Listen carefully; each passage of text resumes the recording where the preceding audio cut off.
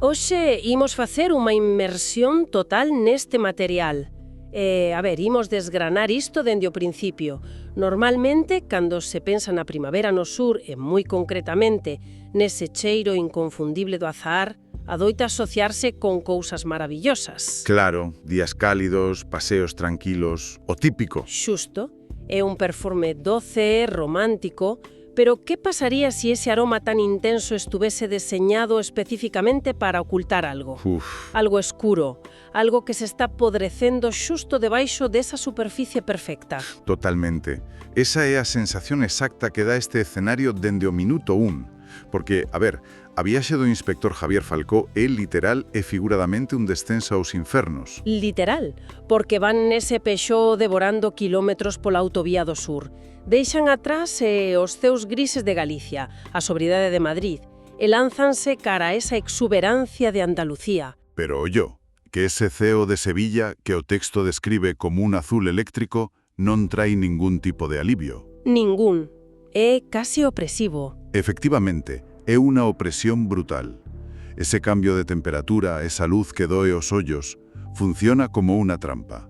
O calor vólvese super denso. E aí é onde o do azahar cobra sentido, non si? Xusto aí. O fascinante aquí é que a aparencia turística e luminosa da cidade é só unha cortina de fume. Para Falco, Sevilla non é un destino vacacional en absoluto. Para nada. É o epicentro dos seus pesadelos. Iso é. Esconde as lembranzas da súa infancia rota, daquel internado terrible, o San Judas, ese edificio de ladrillo visto cuns corredores interminables que aínda hoxe destrúen as súas noites. Buf, é que a medida que o coche avanza cara ao centro histórico, a Giralda descríbese dunha forma que me deixou abrallada. É un dedo acusador. Unha marcha atrás na súa propia vida. Cada metro que avanza ese coche é un retroceso na mente de Falcó volvendo á orixe da súa dor.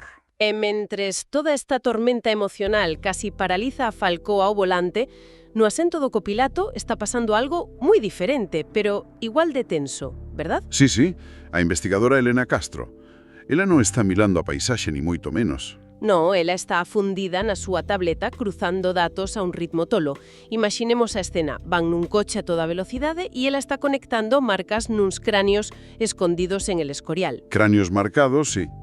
E iso crúzalo con unhas inscripcións gravadas nun astrolabio de Toledo, un instrumento astronómico antiquísimo, e por riba escarbando nos archivos de Inquisición de Sevilla. É o pasado descodificándose en tempo real. O que Elena destapa aí é a peza central desta tolemía, a verdadeira naturaleza da Hermandad del Calcio. Aquí é onde se pon realmente interesante a cousa, porque esta xente nos seus inicios non eran asasinos. Que va? Ao principio eran os custodios da famosa limpeza de sangue. A súa misión era vixiar que ninguna influencia externa, xa fose xudía, musulmá ou calquera cousa herética, chegase ao poder do imperio. Eran como o filtro da Inquisición, os guardiáns da porta. Exactamente. Pero logo ocorre unha mutación radical no século XVIII. Comezan a creer que a propia igrexa a que xuraran protexer estaba podre dende dentro. Aguarda un momento, porque isto sempre me choca cando analizamos este tipo de textos. Se a túa razón de ser é protexer a igrexa, como se deu ese salto? Como xustifican empezar a cazar a mesma xente que tiñan que defender? É un salto bestial, sí, pero ten unha lógica interna terrorífica se o miras dende o extremismo. Imagina o sistema inmunolóxico dun corpo. Vale. A túa función é atacar virus externos. Pero que pasa cando o sistema tolea e decide que os órganos vitais son a ameaza? Ah, claro. Unha enfermedade autoinmune letal. Iso é. A Irmandade deixou de ver a igrexa como sagrada e pasou a vela como un hóspede infectado. Ya non mataban por odio, mataban por purificación. Estaban extirpando tumores dende o seu punto de vista. E cando tes esa justificación divina da túa parte, volveste implacable. Non hai remorsos porque crees que salvas o mundo. A metáfora da enfermedade autoinmune describe a perfección, estou segura diso. E con esa irmandade actuando como un virus, Elena chega a unha conclusión arrepiante no coche. O famoso mapa dos osos. Claro, un pensa ao principio que é unha caza do tesouro típica. Xusto, marcas en cráneos, un astrolabio, só a típica procura dunha reliquia debaixo dunha marca en forma de X. Pero dalle a volta por completo. O mapa é unha lista negra. Unha sentenza de morte milenaria. É un rexistro de execución de liñaxes familiares enteiras que les consideraban corruptas. E o peor de todo, o apelido de Falcó está nesa lista. A súa familia está directamente vinculada aos custodios desa última peza, así que a viaxe policial pasa a ser unha loita pola supervivencia personal. Pois con todo este peso en riba, chegan por fin á base da Catedral de Sevilla. E aquí hai un choque brutal coa realidade. Case cómico se non fose tan dramático. O contraste co mundo real. Totalmente. Veñen de falar de mitoloxía, exterminios e liñases, e cando baixan do coche atopan turistas facéndose fotos, vendedores ambulantes, os típicos coches de cabalos. Unha cacofonía tremenda. E que parece un insulto á gravedade do que vai pasar. E todo isto personifícase no comisario Vargas. O comisario Vargas é un mundo real chamando a porta a gritos. É un policía curtido suando nese traxe de liño engurrado. Non lle importan nada os astrolabios. A él só lle importa a logística, non si? Claro, o pesadelo de ter a Xiralda pechada justo antes da Semana Santa. O cabildo está furioso e el teme un escándalo mediático. Tira de Falcó cara ao mundo terreal e burocrático. Pero Falcó respóndelle de forma superfría. Dille que o asasino está usando a catedral enteira como un taboleiro de xadrez. A ver, o tipo está parasitando un espazo sagrado. É un roubo de aura en toda regla. Exacto. Non vai a un almacén escuro. Invade a catedral para absorber a súa grandeza e darlle unha legitimidade espantosa aos seus crimes. Obliga a un símbolo da fe a ser cómplice do seu asasinato, e isto lévanos ao momento no que deixan a Vargas na rúa e empezan a subir pola torre. Illándose de todo. Si, ao cruzar a porta da Giralda, a atmósfera cambia. Mergullanse na mente do asasino. E hai un detalle histórico moi curioso sobre a subida. Cale. Non soben por escaleras estreitas. A Giralda era un alminar almohade, así que soben por 35 rampas anchas. Estaban diseñadas para que o sultán puidese subir a cabalo. Ala, é certo, ese detalle cámbialo todo visualmente. Imaginémolo subindo rampa tras rampa. O ruído da rúa vaise apagando, absorbido polas paredes. E sustitúese polo asubio do vento.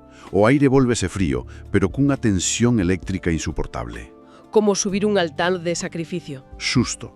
E cando chegan arriba, a Cámara das Campás, baixo a campa de Santa María, non hai sangue nin caos. Non, hai un escenario superfrío, un bodegón macabro, un escritorio antico de caoba, colocado alí como si fose para un monxe copista. Cun nivel de precisión estética arrepiante.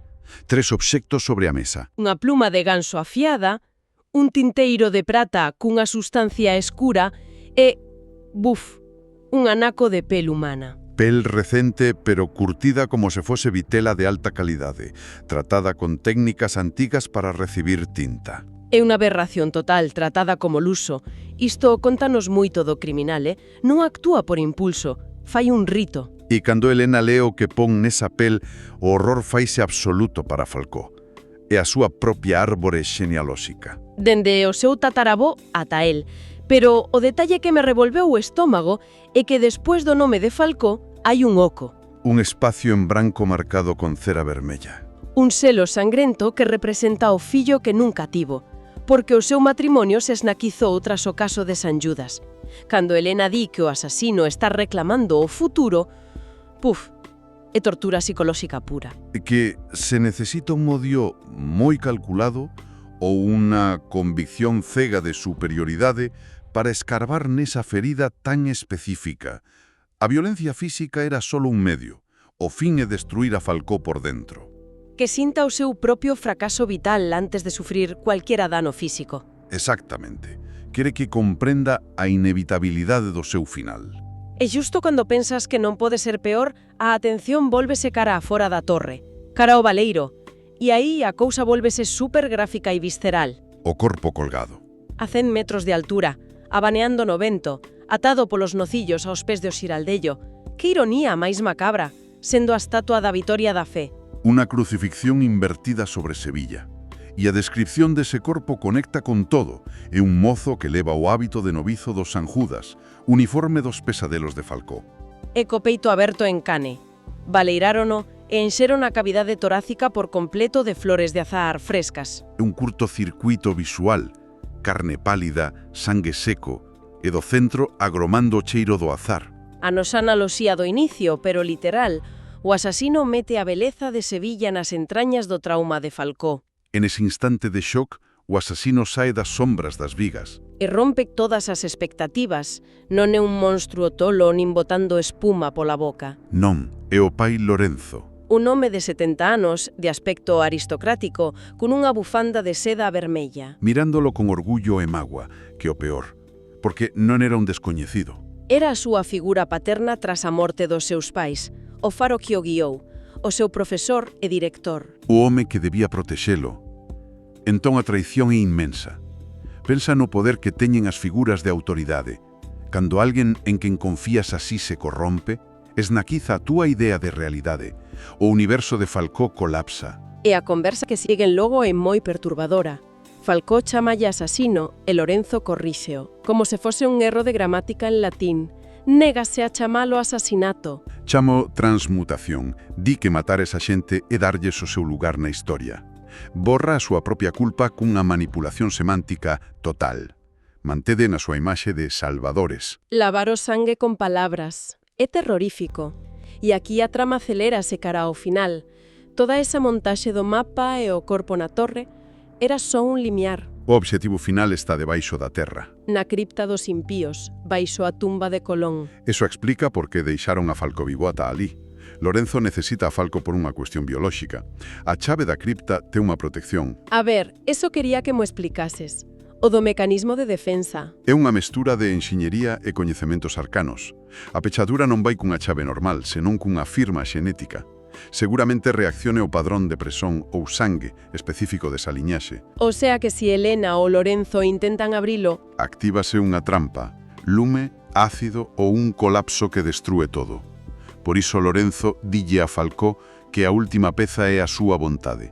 Ten que querer abrilo el mesmo. é claro, ti pensas, pero por que Elena non saca a pistola e remata con isto? Ah, o francotirador. O punto láser vermecho bailando no peito de Elena. Paroume o corazón. Hai un francotirador na torre do lado e anula calquera posibilidade de heroicidade rápida. Forza o dilema moral. Non se pode resolver a tiros. Falcó ten escoitar e tomar unha decisión ideolóxica. E a encrucillada é colosal. Se di que non, protexe unha mentira histórica na que se basea a sociedade. Unha farsa, pero que mantén a orde. Se cede e abre a cripta, libera unha verdade pura. Pero unha verdade radioactiva. Exacto, con capacidade de esnaquizar as crenzas de millóns e derrubar o mundo. E xusto aí, o vento sopra forte e as campáns sortan un xemido metálico pola fricción. A hora da verdade. É o PC perfecto.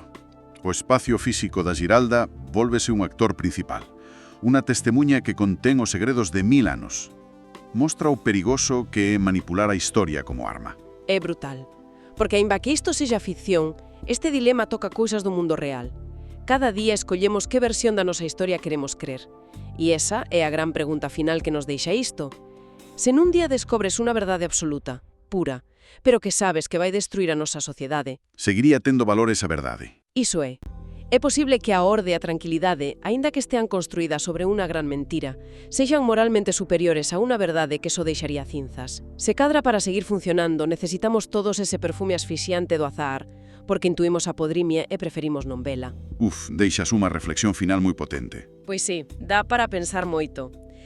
Moitas grazas por estar aquí desgranando todo isto comigo hoxe. Ata a próxima. Graciñas, vémonos.